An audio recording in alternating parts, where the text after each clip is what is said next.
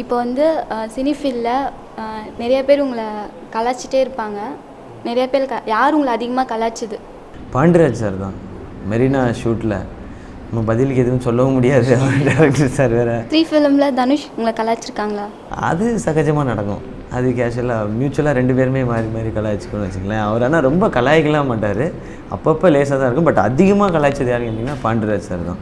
நான் ஏதாவது டைலாக் ஏதாவது சொல்லும்பொழுது கொஞ்சம் சத்தமாக சொல்லிட்டேன்னா, ஏன்னா இப்போது நேச்சுரலாக டிவியில் காம்பேரிங்லாம் பண்ணும்பொழுது சத்தமாக தான் பேசுவோம் எதாக இருந்தாலும். அது மாதிரி நடிக்கும்பொழுது நான் கொஞ்சம் சத்தமாக பேசிட்டேன்னா அவர் அங்கேருந்து சொல்லுவார், அது இது எது அப்படிமாரி. அப்படின்னா நான் கொஞ்சம் கண்ட்ரோல் பண்ணிக்கணும் அப்படின்னு அர்த்தம் வாய்ஸை. அதுக்காக தான் அடிக்கடி கலாய்ப்பார். ஏன் கத்திக்கிட்டே இருக்கீங்க, இப்படி கொஞ்சம் அமைதியாக தான் பேசுதுங்களேன் அப்படின்னு சொல்லுவார். பாண்டியராஜ் சார் தான்.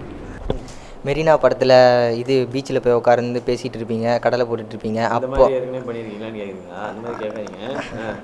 அது நீங்கள் அந்த மாதிரி பண்ணும்போது பப்ளிக் யாராவது பார்த்தவங்களை ஏதாவது சொல்லியிருக்காங்களா, கேட்டிருக்காங்களா? அந்த மாதிரி பண்ணும்போதுன்னா படத்தில் ஷூட்டிங் அப்போ ஒன்றும் அதான் ஷூட்டிங்னு தெரிஞ்சிடும் இல்லையா? அதனால எதுவும் சொன்னதில்லை. மற்றபடி சும்மா போனால் ஏதாச்சும் சொல்லியிருப்பாங்க. அப்படி எதுவும் அங்கெல்லாம் சொன்னதில்லை. ஆனால் வேடிப்போமா அதில் ரொம்ப இன்ட்ரெஸ்டிங்காக இருந்ததுன்னா, ஒரு நானும் ஓவியம் உட்காந்து நடிச்சிட்டு இருக்கும்போது ஒரு ஆட்டோக்காரனை ரொம்ப நேரம் இப்படியே பார்த்துட்டே இருந்தார். தூரத்துலேருந்து இப்படியே பார்த்துட்டே இருந்தார். பார்த்துட்டே இருந்துட்டு இன்னொரு ஆட்டோக்காரன் வாட ஷூட்டிங்னா சொல்லிட்டு அப்படியே பார்த்துட்டே இருந்தார். கொஞ்சம் தள்ளி உட்காந்தேன் டிஸ்டன்ஸில். யாரா அப்படின்னு சொல்லி அவர் கூட்டத்துலேருந்து தெரில. உடனே பக்கத்தில் இருக்க ஆட்டோக்காரர் கோப்பட ஜீவாடா, அவரோட அத்தை படம் ஷூட்டிங் பண்ணுறாங்க அப்படின்னு. நான் இப்படியே பாண்டியராஜ் சாரை பார்த்தேன். ஐயோ உங்களை போய் ஜீவான்ட்டாங்களே அப்படின்னு சொல்லி அவருக்கு என்னன்னு தெரில. அப்புறமா கூப்பிட்டு, நான் ஜீவா கிடையாது, நான் ஐயோ ஷூட்டிங் தான் எவ்வளோ நேரம் பார்த்தேன்னா அப்படின்னு சொல்லி, அது ஓகே, பட் எதனால ஜீவான்னு சொன்னீங்கன்னு. இல்லை, உங்கள் நோஸ் வந்து அவர் மாதிரியே ஷார்ப்பாக இருக்குது, அதனால நான் அவர் நினச்சிட்டேன், நான் எனக்கு சவாரி இது, நான் கிளம்புறேன் அப்படின்னு சொல்லிட்டு போயிட்டார்.